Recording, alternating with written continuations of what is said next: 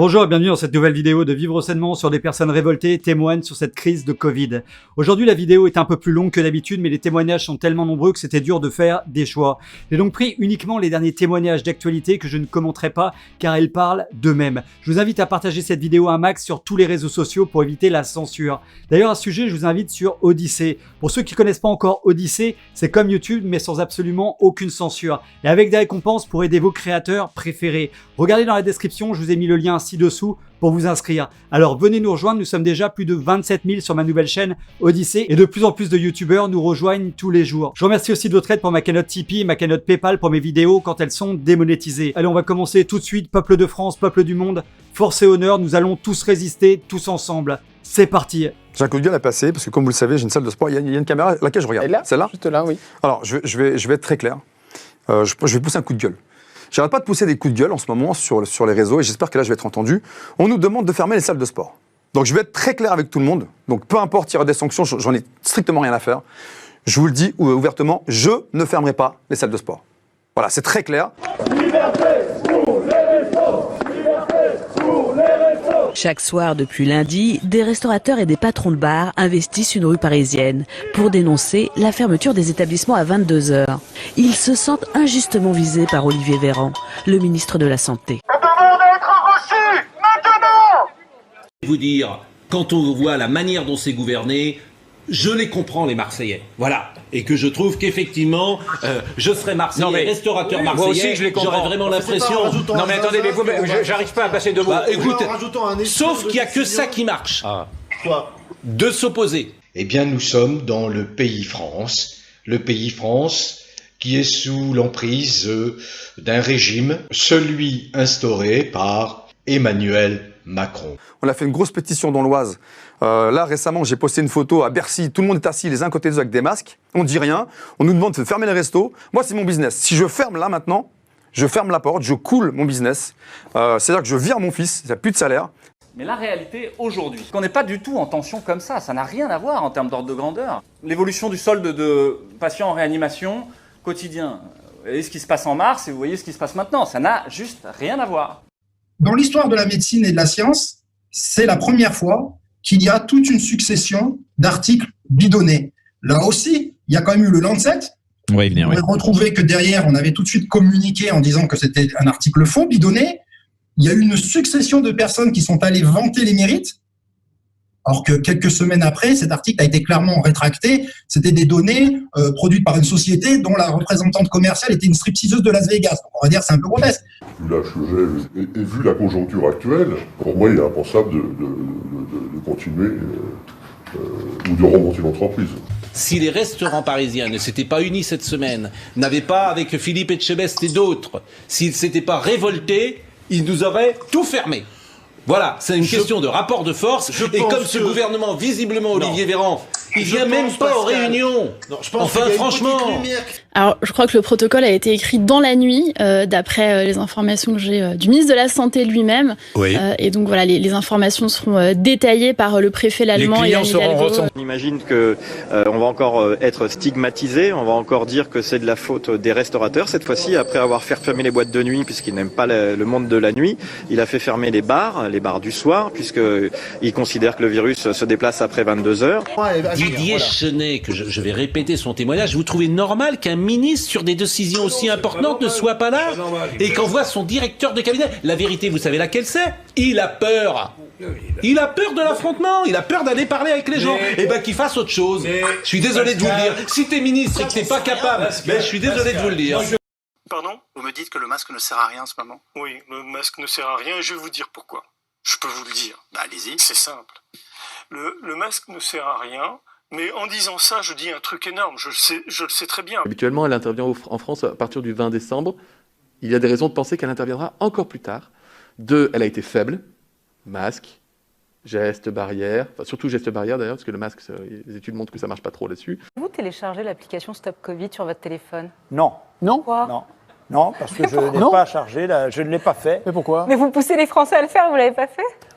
Oui, je pousse les Français à le faire, mais je ne l'ai pas fait parce que, voilà, je l'ai pas fait. Vous êtes honnête, mais c'est... Voilà. C'est un peu déroutant. Faites ce que je dis, ne faites pas ce que je fais. Non.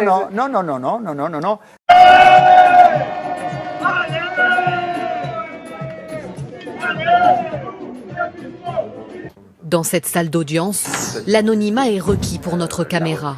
Ce gérant d'une société d'informatique est entendu par les juges, eux aussi chefs d'entreprise. Il croule sous les dettes. Je n'ai pas pris de rémunération pendant cette période, ni avant d'ailleurs. J'ai cru qu'on allait y arriver. On a remboursé une partie des dettes. Ce qui m'embête le plus, c'est pour le salarié. Ému, il a du mal à conclure. Attendre. Qu'est-ce qui se passe, mes chéris? Qu'est-ce qui se passe, mes chéris? Qu'est-ce qui se passe, mes chéris? Qu'est-ce qui se passe? Qu'est-ce qui se passe? Attendez, s'il vous plaît, il y a un petit incident, s'il vous plaît.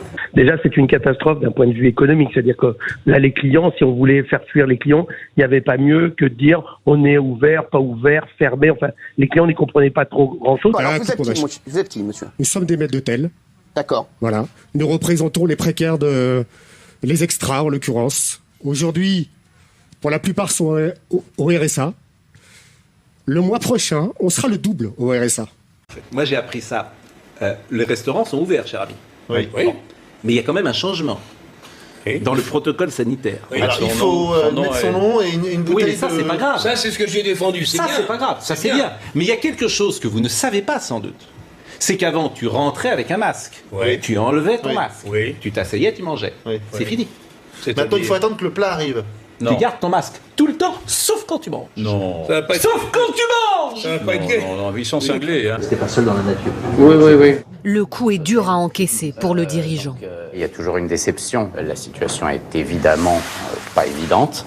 Il y a des sociétés qui ouvrent et qui ferment chaque jour. Bon, ben voilà, c'est la faute à pas de chance. Vous avez ici sur PACA, ça c'était toute la France. Ça c'est sur PACA, ce qui se passe, c'est de ce matin. C'est-à-dire qu'en gros, vous avez 500 lits de réanimation sur PACA et vous en avez 160 occupés par des patients Covid. La moitié qui sont ventilés, la moitié qui ne sont pas ventilés. Ventilés de manière invasive, j'entends, c'est-à-dire avec un tube dans la gorge. Aujourd'hui, les intermittents du spectacle ont été reconduits dans leurs droits 1 an, jusqu'en 2021, jusqu'en août 2021. Nous, je ne sais pas pourquoi, on nous a sortis du système. Aujourd'hui, nous fonctionnons comme des intermittents du spectacle. Nous faisons de l'événementiel, vos cocktails, toutes les salons, enfin tout ce qui concerne même les repas ou les cocktails de gouvernement, c'est nous qui en occupons. Et aujourd'hui, on nous a totalement lâchés. Nous n'avons plus rien du jour au lendemain depuis mars. Je vous jure que c'est vrai. Je vous jure que c'est vrai. Ah ben non, mais c'est le protocole, je l'ai lu. Le protocole, je l'ai lu. Et la mesure. Non, en fait, la mesure, je vais vous lire exactement. On peut aller avec le masque. Vous commandez avec le masque et vous retirez le masque quand le plat, quand l'entrée arrive. Et entre l'entrée et le plat, vous remettez le masque. Exactement, c'est ce qu'il faut faire. Et entre le plat et le dessert, vous remettez le masque. On reste ouvert. On reste ouvert. On reste ouvert. On reste ouvert. Y a-t-il eu ou non épidémie? Ça, c'est une réponse qui devra être donnée par des spécialistes. Pour ma part, ma conviction est faite depuis fort longtemps. Résultat des courses, quand vous comparez la mortalité sur la période de la première vague versus la même période les années précédentes, on aurait dû attendre à ce qu'il y ait 20 ou 25 000 morts, et nous en avons déclaré 30. Donc ça veut dire que non seulement il n'y a pas eu de mort cachée, mais que probablement qu'un certain nombre de personnes qui sont décédées porteurs du Covid ne sont pas nécessairement décédées du Covid. Bien. Face à ces situations de détresse, les juges redoublent de vigilance. Quand vous avez un justiciable qui vous dit « je vais vendre ma maison pour renflouer ma société », et on lui dit non, il vaut mieux que vous arrêtiez votre société et que vous repartiez sur autre chose. Souvent, c'est un peu comme un deuil pour eux. Et ça peut aller loin. Et ça peut aller jusqu'au suicide, bien sûr. Et puis surtout, les protocoles qui ont été mis, les nouveaux protocoles qui ont été mis en place, entre autres, d'expliquer qu'il faut mettre le masque entre les services. C'est ce que sur le site de la préfecture, on comprend rien, on ne sait pas ce que ça veut dire entre les services. C'est-à-dire que le client devrait-il remettre le masque à chaque fois qu'il va attendre un nouveau plat et tout. Enfin, vous voyez un peu ça sert à rien, parce qu'en fait, c'est pire que tout, puisque votre masque, vous le posez sur la table, vous le remettez sur votre visage, je sais pas quoi. Enfin, d'un point de vue de la contamination, c'est une catastrophe. J'ai le décret. Les convives devront de leur côté conserver leur masque la plupart du temps, sauf au moment de la consommation des heureusement, remarquez, ça tombe bien. Ce qui est normal, parce que si on avait une masque, on pourrait faire un masque avec des trous. On pourrait mettre faire un masque avec des trous. Mais ces gens sont fous. Mais non, mais là, je jure, Non, mais on est chez les maboules, mais complet. Complètement. Mais c'est vrai, complet. Mais c'est complet chez les maboules. l'hygiénisme poussé à l'absurde. Hein, Mais c'est même pas l'hygiénisme, c'est de la bêtise. J'accueille sur ce plateau Didier Chenet, bonsoir. Bonsoir. Vous êtes président du groupement national des indépendants, hôtellerie et restauration. Dans quel état d'esprit vous êtes à un jour, maintenant, à 24 heures de la conférence de presse de Nous sommes en colère et nous sommes très anxieux. Nous n'avons plus d'argent, nous sommes tous au RSA. Je comprends tout à fait votre souci, je vous sens très ému. Oui, carrément. En plus, carrément, vraiment, et croyez-moi, c'est un drame social, vraiment. Quant aux difficultés qui se présentent à vous, elles sont essentiellement liées à la crise du Covid. Vous avez perdu 1 million d'euros de chiffre d'affaires. Pour tenter de sauvegarder son activité, ce chef d'entreprise, lui, va devoir licencier. Redimensionner, ça veut dire quoi? Ça veut dire réduire les effectifs? Des effectifs que nous réduirions de 4 personnes. D'accord, sur 14. Vous savez, ma conviction, c'est Grande-Bretagne, qu'on n'aurait rien fait, États-Unis. on aurait sans doute les mêmes chiffres. C'est une sorte de conviction. Je pense qu'on n'aurait rien fait du tout. Pas de confinement? On n'aurait rien fait, on aurait peut-être les mêmes chiffres. Pascal, 70 000 morts. D'après les calculs de ces messieurs. Mais ils ont mis, le Conseil scientifique en avait mis 500 000. Personne n'en sait rien. Si fin août, effectivement, en PACA, il était à 1,29. Il était ensuite, début septembre, à 1,01. Donc on voit que les choses se tassaient déjà. Il était même passé en dessous de 1 la semaine du 20 septembre. Donc on voit bien que les choses allaient dans le bon sens. Même chose pour les hospitalisations d'ailleurs. On voit bien que l'inflexion qui est observée à partir du 26 septembre, eh bien, était là aussi déjà dans les tuyaux, puisque c'est le reflet de ce qui s'était passé 15 jours avant. Donc évidemment que les mesures étaient en tout cas superflues et plus probablement politiques que scientifiques. Venez me voir à la salle de sport. Vous allez, nous, on porte les masques. Donc, je suis très en colère. Je ne fermerai pas. Et qu'est-ce qui va se passer? Rien. Alors, venez me voir. Là, je suis en colère pour ça. Il y a des concertations qui ont déjà été menées avec Jean Castex. Avec Jean Castex, mais hier, malheureusement, le ministre de la Santé n'était pas là. Alors nous avons eu droit à Monsieur Salomon qui nous a décliné tout un tas de chiffres sur la base d'études américaines. Je ne pense pas que les Américains, à ma connaissance, soient les mieux placés pour parler du Covid. Je pense que tu as un plaisir chez ceux qui nous gouvernent de se rendre utile en prenant des décisions qui sont 9 fois sur 10 à côté. Permets-moi de te le dire. Le dernier exemple quand même des tests. Oui, ça, c'est juste 2 milliards. C'est raté. C'est juste 2 milliards qu'on a balancé pour rien. Et ensuite, on nous a demandé maintenant de mettre 1 mètre entre les chaises. C'est-à-dire qu'avant, on pouvait à la rigueur, on avait 1 mètre entre les tables, et maintenant, c'est entre les chaises de tables différentes. C'est-à-dire que même de dos, moi j'ai un bistrot qui fait 4 mètres de large, dès que j'ai des clients d'à côté, je peux plus mettre personne de l'autre, parce que c'est fini. Donc à partir de là, j'ai fait 500 balles de recettes. Je fais à peu près 500 € de recettes hier au fer à cheval, c'est-à-dire avec 2, 4, 6, 8, 6, 7 salariés. Et le nombre de morts, c'est le bleu qui augmente doucement, là. On est à 59 morts depuis le 19 juillet. Tout va bien. Respirez un grand coup, tout va bien. Donc, cite-moi une bonne décision sur ce mouvement depuis 9 mois. Une. On n'est même pas capable d'avoir doublé le nombre de lits de réa. Arrête. Doubler, ça fait rire. Non, mais ça fait rire. Non, vous savez combien on a de lits de réa à Paris? 5000. Ah non, à Paris, c'est 1273. Oui, en France, 5000. 1273 lits de réanimation à Paris. Alors, registre des clients, 1,50 m entre chaque table, ça on connaît. Alors monsieur, qu'est-ce que vous faites? Vous rouvrez ou pas? Alors du coup, non, on va pas réouvrir parce que avec les nouvelles réglementations, donc du coup, de distanciation entre chaque table de 1,50 m, vous voyez ma terrasse derrière vous, ça va me faire quoi, 5-6 tables. Donc je peux pas reprendre tous mes employés pour juste faire avoir 5 tables. C'est pas possible. Paiement à table obligatoire et fermeture à 22 h. Les bars, eux, vont fermer pendant 15 jours. Dans la métropole Aix-Marseille, les restaurants vont rouvrir. Là aussi, fermeture à 22 h. Mais ils vont pouvoir rouvrir s'ils respectent le protocole. Bien. Il faut bien écouter ce qu'a dit Monsieur Lallemand. Et Monsieur Lallemand a dit ce qui n'est pas interdit est autorisé. Par conséquent, ce qui est interdit, c'est de servir debout, ça on est d'accord, c'est de servir sur la voie publique. Donc moi j'ai fermé d'ailleurs, depuis vendredi, j'ai annoncé que j'ai fermé mes comptoirs et on est limité à 6 par table maximum. C'est pas un problème il faut fermer les restaurants, c'est pas vrai. Qui démontrera que fermer les restaurants diminue le R0 et diminue la tension sur la réanimation? Je relirai son étude avec une grande attention. Pour l'instant, on va rester fermé, on va voir s'il y a une évolution et par la suite, on décidera. Mais moi, je suis parti vraiment pour jusqu'à fin décembre. Parce qu'on ne va pas prendre le risque de mettre plus de monde, qu'on ait des contrôles et qu'on perde les avantages qu'on a réussi à avoir sur le chômage partiel. Donc ça, c'est pas possible. Donc on va pas jouer au feu en sachant qu'on va être surveillé. Les consommateurs ont également du mal à comprendre les choix du gouvernement. La meilleure mesure, ce serait plutôt de bien tester tout le monde et de prendre de vraies mesures sur les cas positifs, un vrai suivi, et plutôt que d'avoir des mesures très restrictives comme c'est le cas actuellement. Notre vie, elle va changer et même sans ça, moi j'ai travaillé 7 ans dans la restauration et si j'avais continué, là j'aurais plus de boulot et il y a plein de gens qui sont un peu embêtés pour ça, quoi, oui.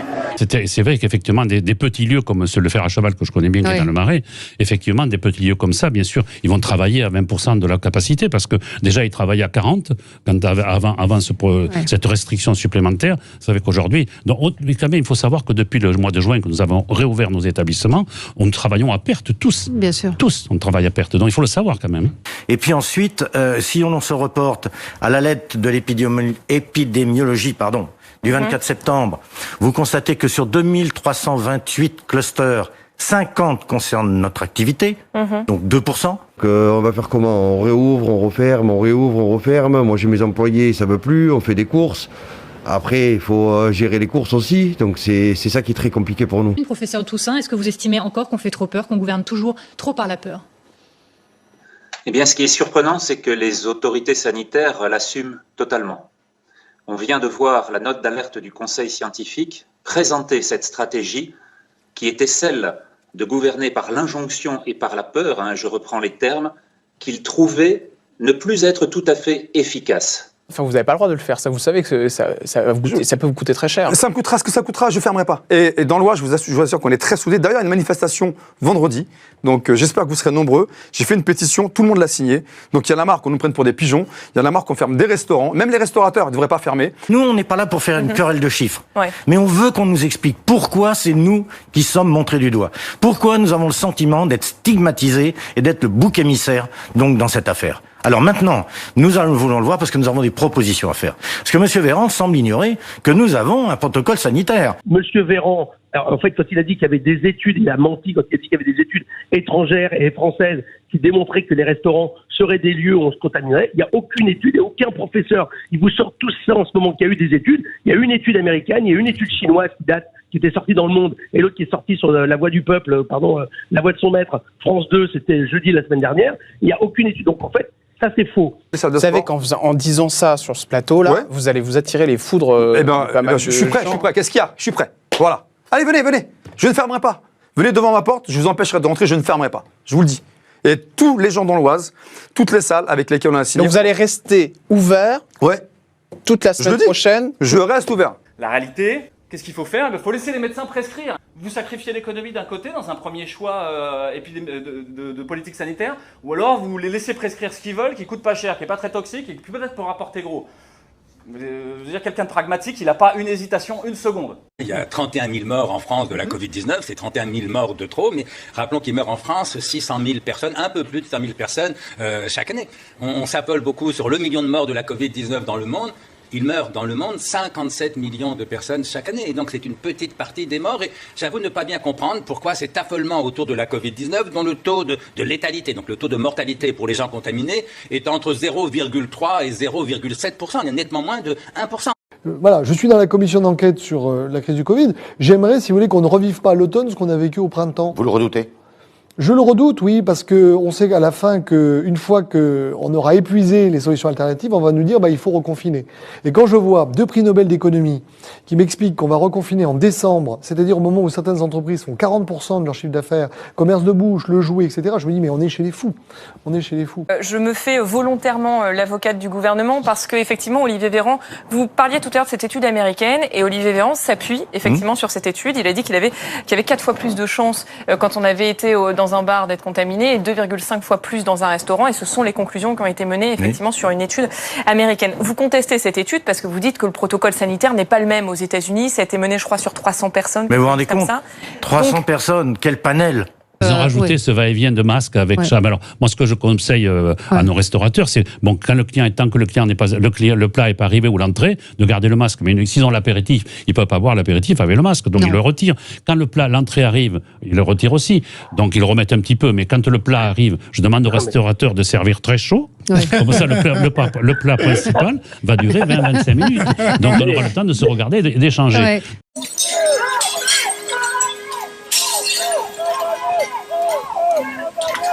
Et si la police arrive, qu'est-ce que vous allez faire? Eh bien, je vais les accueillir. Déjà, ils vont porter un masque avant de rentrer. Et puis, on va se mettre en tenue de sport et on va faire du sport. Et ils vont voir qu'il n'y a rien de dangereux dans le sport, en fait. Parce qu'on est en distanciation. Moi, j'ai mis sur mon sol vous risquez une pastilles. Vous risquez une amende énorme, hein, Pascal. On va se révolter. On va pas se laisser faire. Non, ça suffit. C'est 2 poids 2 mesures. Parlons concret. Ce qui est important, c'est que nous voulons travailler. Ouais. Nous voulons éviter le pire. Et pour nous, le pire, c'est la fermeture de nos établissements. Alors justement, sur la fermeture des établissements, Philippe Etchebest, vous l'avez certainement entendu, posté un énorme coup de gueule, qui a dit on est en train de crever. Vous utilisez la médecine de ville. C'est une maladie qui, pour beaucoup, est ambulatoire actuellement. Et vous n'avez pas besoin de surcharger l'hôpital public pour ça. Vous utilisez le privé. En plein d'endroits, le privé n'a pas été utilisé. C'est pas vrai à Marseille, mais à d'autres endroits, il n'a pas du tout été utilisé. Donc maintenant, stop. C'est bon, on en a marre. Là, c'est une question de survie. Oui. Ah bah là, je vous dis franchement, déjà, j'ai eu beaucoup de mal à me relever. On en avait parlé, hein, financièrement, c'était compliqué. Franchement, c'était dur. Et là, si je ferme là, tout de suite, déjà, tous mes abonnés qui viennent de s'abonner, ils vont dire, attends, Pascal, tu savais que tu allais fermer, donc déjà, tu nous l'as fait à l'envers, donc je suis pas un menteur. Et si je ferme, j'ai pas de clé. J'aurais montré, je mets la clé sous la porte. C'est-à-dire que là, c'est terminé. Mon business, il est HS, c'est terminé. Moi, je suis pneumologue et le masque ne sert à rien et va peut-être, je dis bien peut-être, je dis peut-être comme les pro-masques disent qu'il y aura peut-être une deuxième vague, je dis peut provoquer peut-être d'autres maladies comme des pneumococcis, des méningococcis, etc. Parce qu'un masque, au bout de 2 heures, c'est dégoûtant.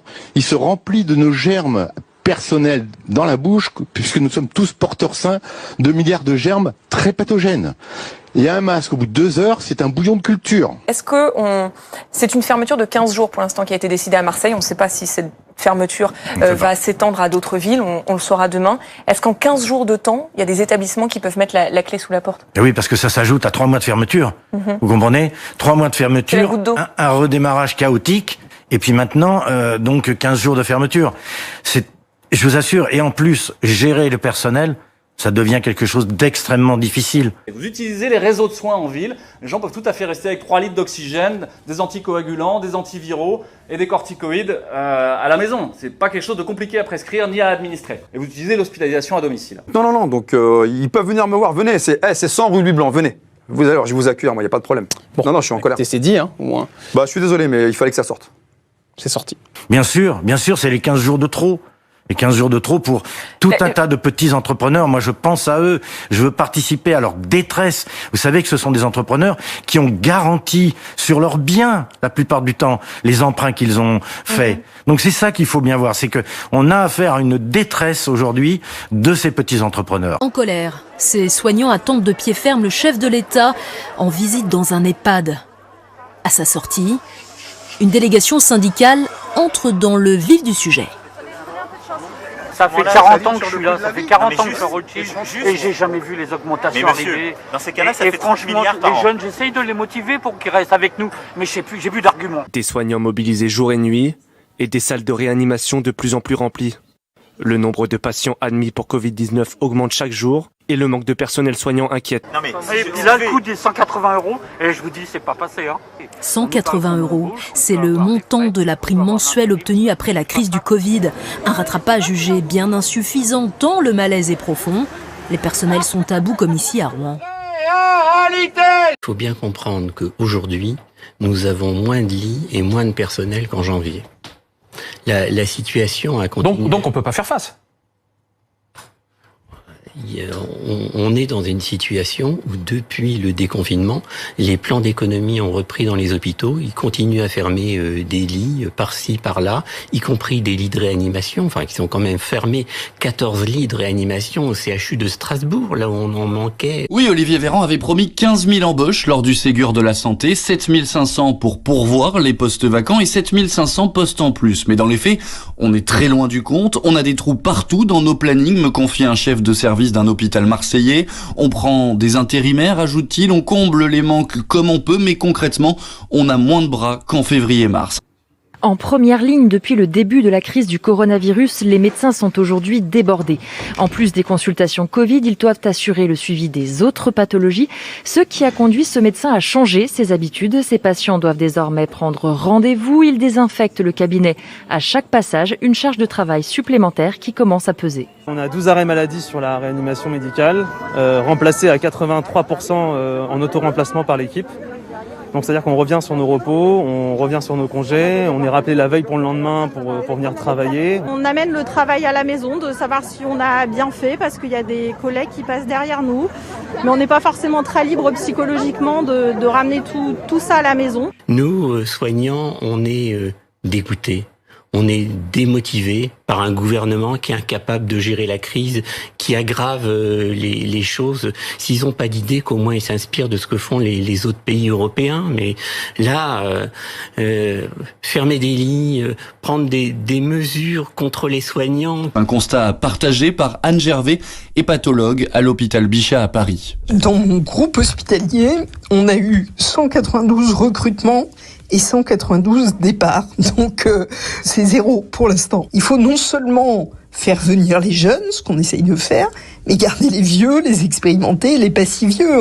Donc c'est un peu la catastrophe. Lise, Carmen et Eliane sont infirmières dans un hôpital public de l'Essonne. Elles ont 13 et 29 ans d'ancienneté, une vie de travail progressivement dégradée. Devoir gérer tous les à côté, la pharmacie, l'informatique, parce que c'est toujours plus qu'on nous demande. Et ça devient compliqué en fait. On a de moins en moins de temps auprès du patient et auprès de ses proches. Et notre métier, c'est pas que faire une prise de sang et donner de médoc. Et ça, je pense qu'il y a beaucoup de gens qui ne voient pas ça. Les patients qui présentent la Covid-19 sont beaucoup plus lourds en réanimation que la moyenne des patients habituels. Il faut de fait renforcer les équipes infirmières et aides-soignantes. Et malheureusement, les effectifs de l'hôpital n'ont pas été augmentés depuis le premier pic épidémique. On est débordé de travail. On a absolument besoin de continuer à voir les malades chroniques parce que si on les repère de vue à nouveau, il va y avoir vraiment des pertes de chance pour ces patients et on va avoir des catastrophes. Le pire pour elles, leurs espoirs douchés après la première vague du Covid.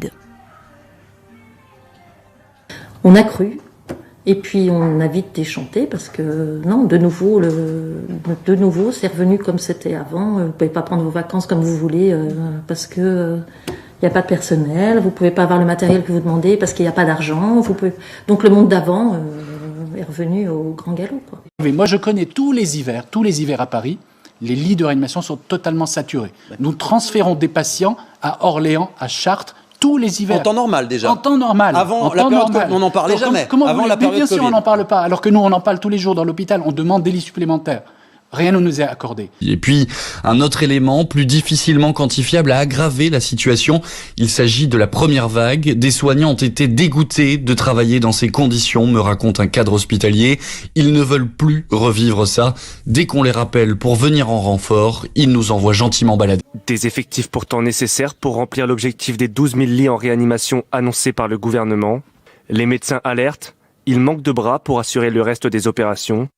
Par conséquent, ils ne peuvent ouvrir tous les lits de réanimation. Est-ce à dire que l'organisation de l'hôpital, dont il avait été dit qu'il serait modifié en profondeur, se retrouve exactement dans le même état qu'avant la crise sanitaire ? Malheureusement oui, parce qu'en fait, il faut des modifications de fond dans la gestion de l'hôpital. Il faut modifier la gouvernance de l'hôpital. Il faut arrêter de réduire les lits en permanence. À peine sorti de la crise, on nous menace à nouveau de réduire le nombre de lits, y compris des lits de médecine critique. Avec l'arrivée des maladies saisonnières comme la grippe, la pression monte encore d'un cran.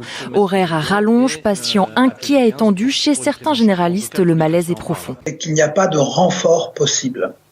Il n'y a pas de renfort possible comme on a pu en avoir en mars parce que toutes les villes de France, quasiment toutes les villes sont concernées par le virus et ont besoin de conserver leurs soignants. Donc les personnels soignants ont été essorés, épuisés, fatigués. profond. Ça fait vraiment beaucoup pour des médecins qui sont pas très nombreux sur le terrain, puisqu'on sait qu'on a un problème de démographie médicale, qui ont beaucoup donné pendant la période Covid, qui ont eux-mêmes d'ailleurs ont été quelquefois atteints de Covid, et qui sont donc aujourd'hui en surcharge de travail, ce qui les sature, et certains sont vraiment au bord du burn-out. Aujourd'hui à la PHP, 450 postes d'infirmiers sont encore non pourvus. Mais alors quand le président dit c'est une question d'organisation, ça veut dire quoi l'organisation? C'est quoi? C'est la faute aux 35 heures? C'est parce qu'on sait pas bien gérer les rotations horaires du personnel? Enfin, j'essaie de comprendre. Qu'est-ce qu'il vous dit le président là alors?